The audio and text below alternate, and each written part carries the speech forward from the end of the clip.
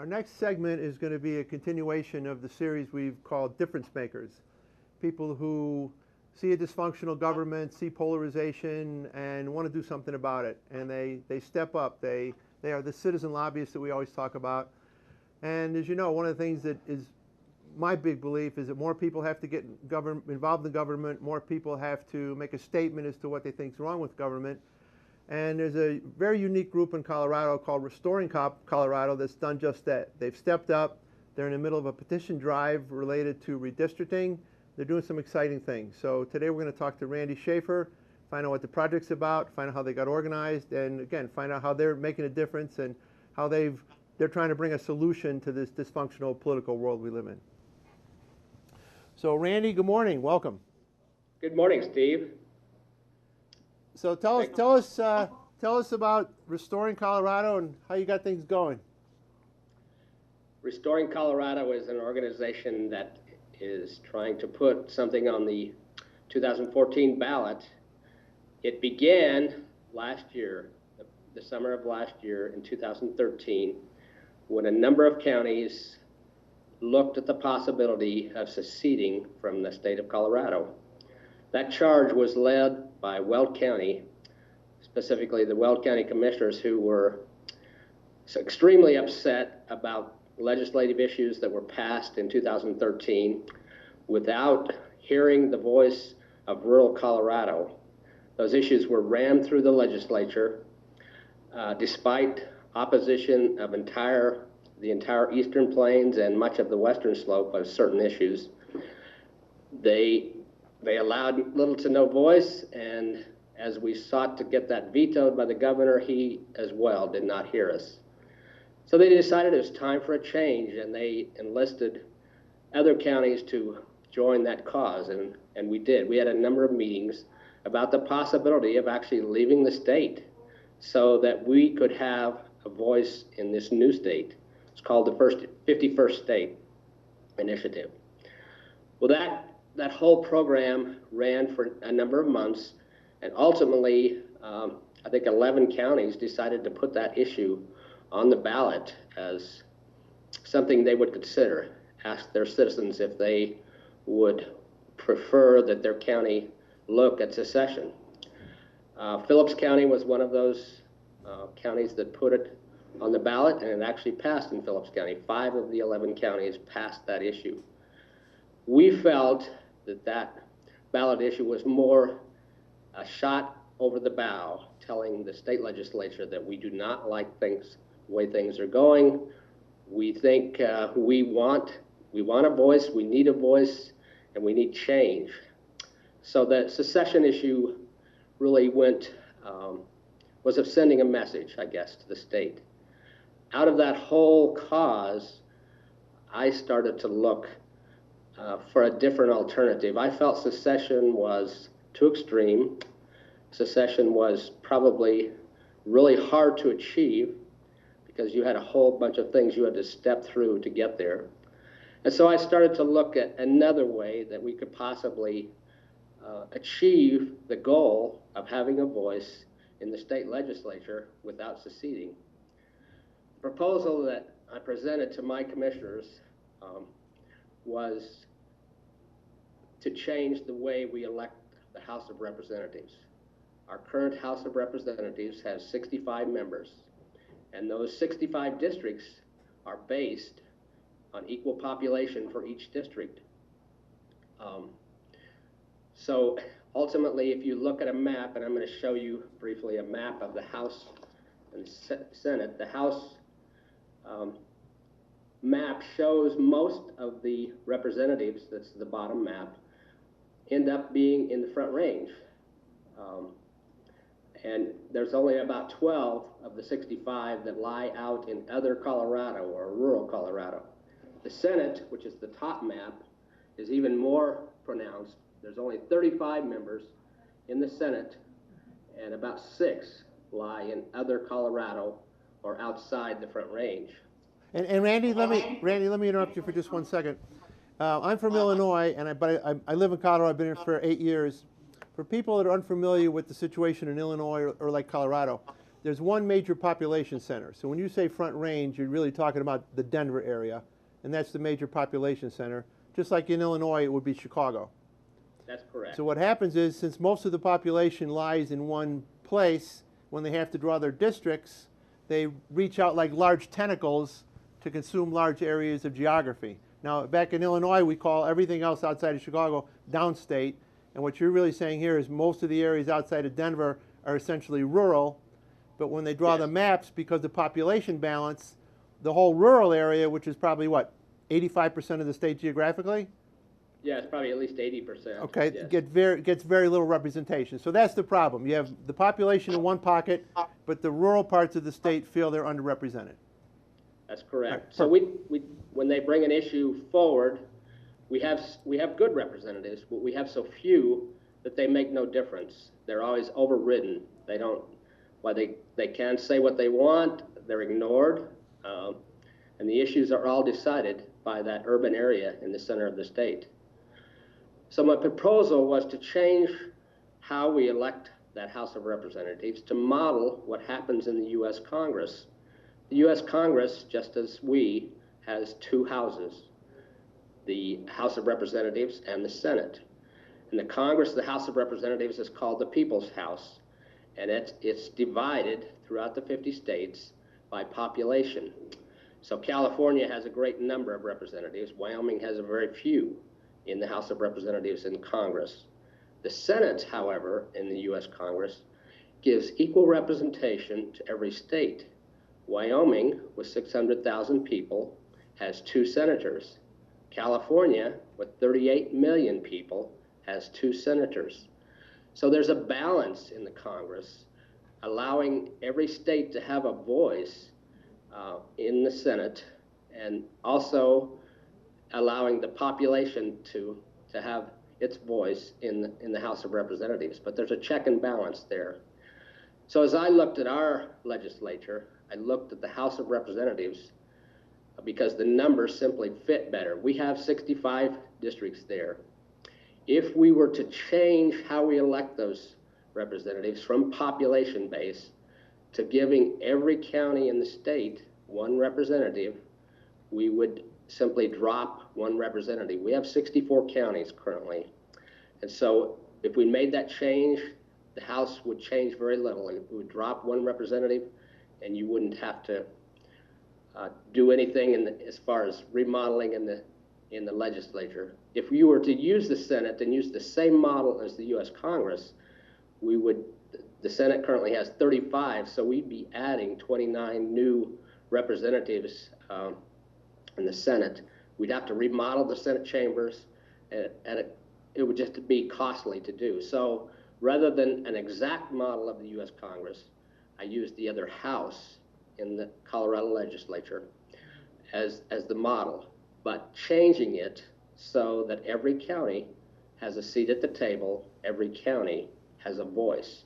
You have the same check and balance system that exists in the Congress in the state of Colorado. We brought that issue to the 11 counties that were meeting last summer, and actually most of the counties, I think all of the counties, actually liked this alternative. They preferred that to the secession issue, but we continued with the secession issue because we felt we needed to send a message to the state.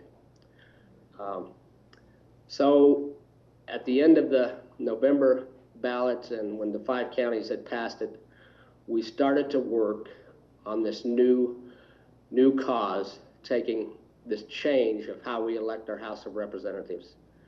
And we named that Restoring Colorado. If you look back at the original legislature in the state of Colorado, there was a model very close to this when we were first established, giving almost every county one representative. There was a slight difference, but it's very close to what we're proposing. So the Restoring Colorado is putting it back the way it was when we started. Joe Kinney and I took the language that was prepared for Representative Jerry Sonnenberg he had that prepared by the legislative staff, and he took that language for this proposal to the state legislature this spring to do exactly what I've explained. That proposal, he was asking the legislature to refer to the state people of the state to vote on the issue. Well, that failed in the first committee that it reached. So at that point, it was dead.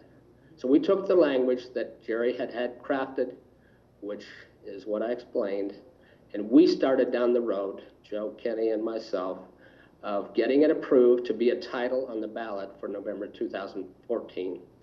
There's a number of hoops you have to jump through to get that approved.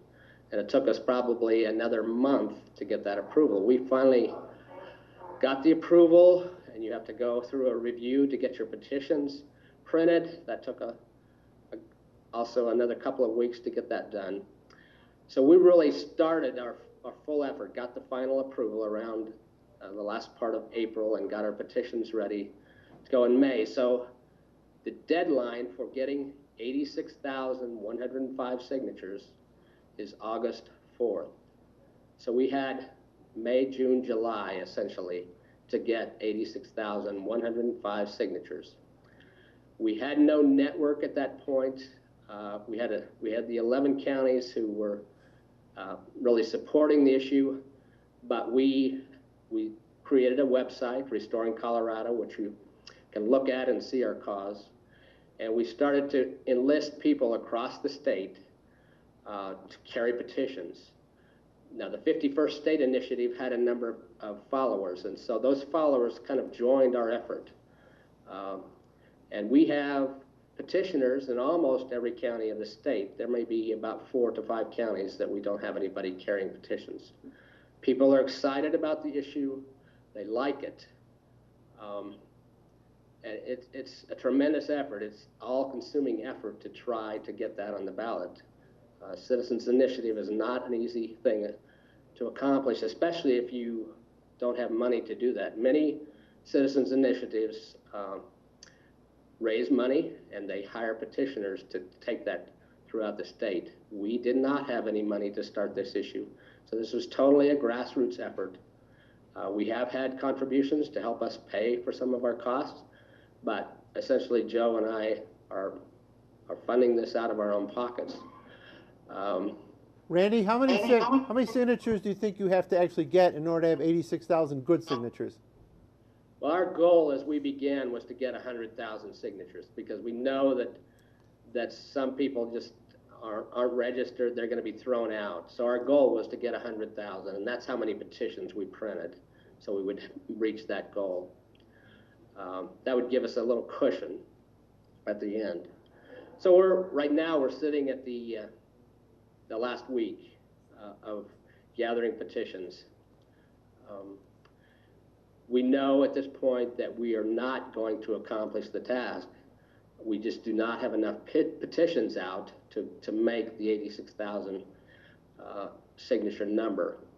However, we're asking all the petitioners to send back their petitions. We're going to create a database from all the people who've signed that, and we're going to bring this issue back in 2016. We are not going to give up this fight because we need and want a voice in the state legislature.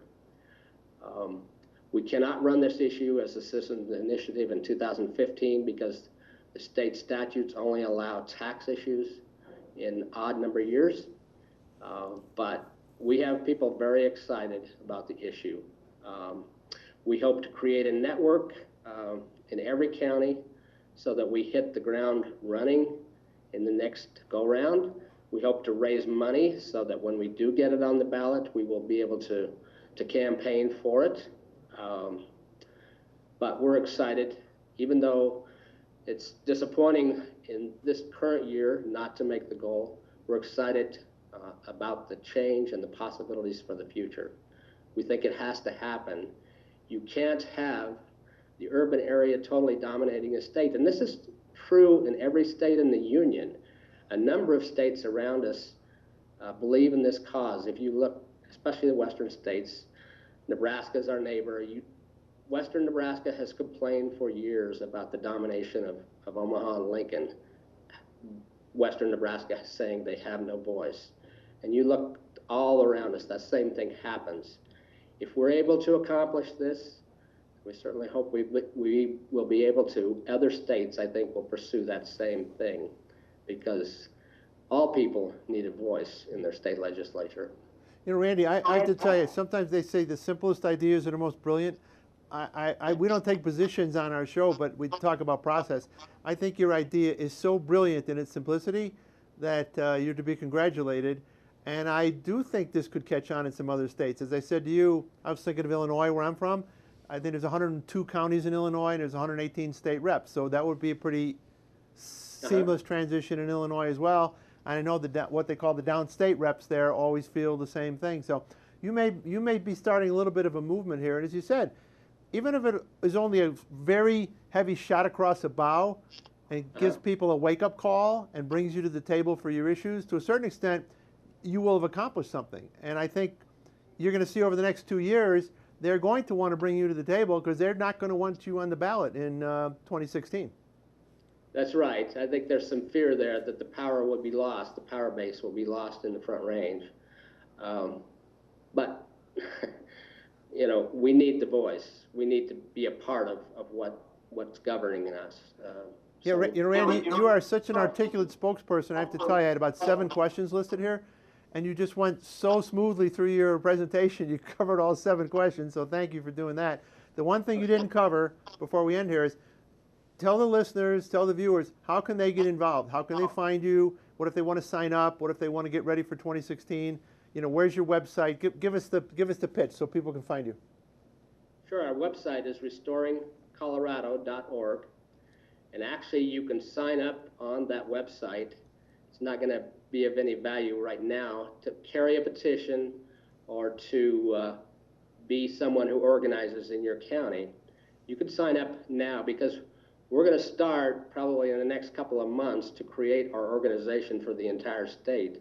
We need a committee in every county to be ready to hit the ground running January of 2016, and we'll have 6 months then to get this done instead of 3, and we hopefully will have raised some money. So you can sign up right on the website. If you would like to call me, you can do that. I'll give you my cell phone, which is 970-520-0502. Be happy to visit with you and happy to have you join the cause. We think it's a very important cause for all of Colorado. And it's interesting. We have people carrying our petitions in Denver County, in Boulder County, in Weld County, Arapahoe County. It's amazing. There are people in the Front Range who believe this change needs to be made also. Well, Randy, congratulations again on your concept. Congratulations on forming this project. And I think we're going to hear from you in 2016. What I like to do is maybe about a year from now or so, we'll get together again and catch up on where you're at procedurally. And I also have a website of my own, thirdparty101.com. We'll post all your information on thirdparty101.com so people can find you. I appreciate that very much, Steve. I appreciate the opportunity to express our desires and our passion for changing Colorado. Thank you. Thank you very much.